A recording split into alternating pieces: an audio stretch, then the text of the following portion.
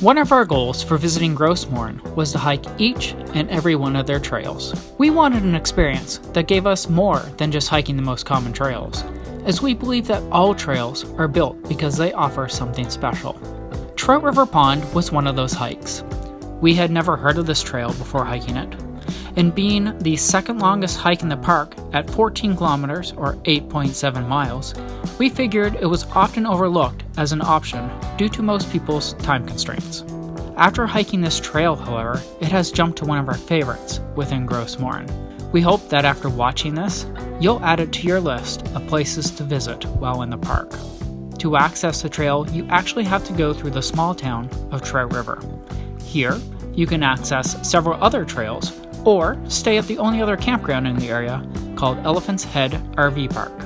So this morning we're going to be doing the Trout Lake Pond hike here in Trout Lake, and as you can maybe tell, there are a lot of mosquitoes and a lot of black flies here this morning.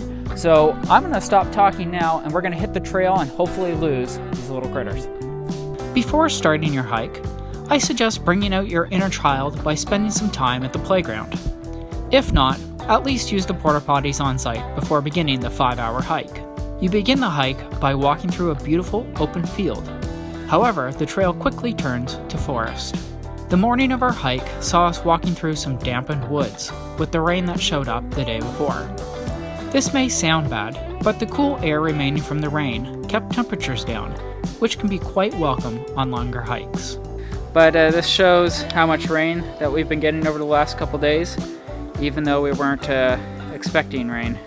Okay, so I should say that we weren't expecting rain today. So yesterday we got some rain that we were expecting.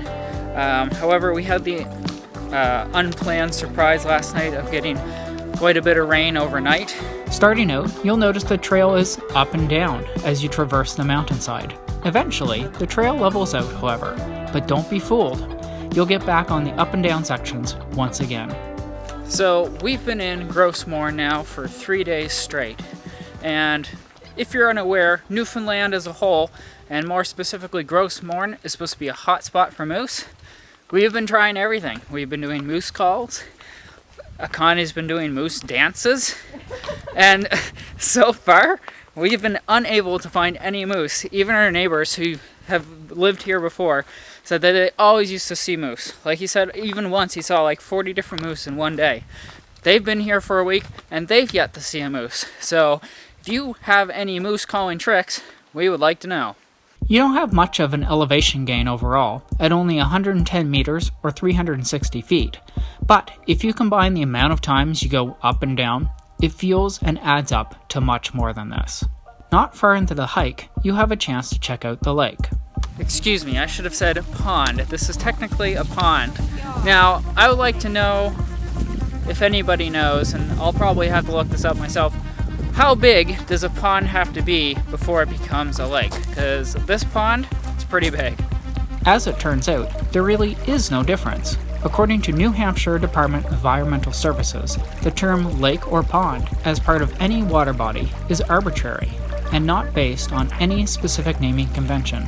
In general, however, lakes tend to be larger and or deeper than ponds. What are your thoughts about this place? Would you call it a lake or a pond? Continuing on, we enjoyed the sound of the water as we hiked through the woods. Although not always visible, the sound of the parallel pond kept us company. As you progress further on the hike, the views associated with the trail become more obvious and more frequent. Towering mountains off the other side of the pond created an incredible backdrop. Boats can be seen touring the spectacle from the water. Once you see this section of mountains, you know you're about halfway to your destination. Right now, we're at the 3.5 kilometer marker, or the halfway point of this hike, and already we've been blown away with the beauty and the awesomeness of this trail.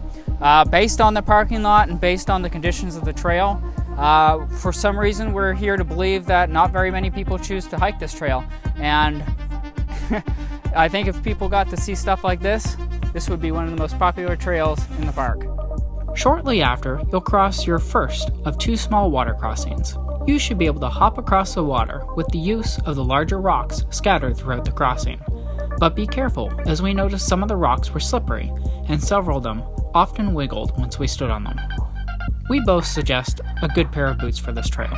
If possible, get a set of waterproof boots like us to help you with these water crossings. The only thing worse than having to balance on some rocks on a stream is to walk the trail with wet feet, whether you dipped your foot in by accident or on purpose.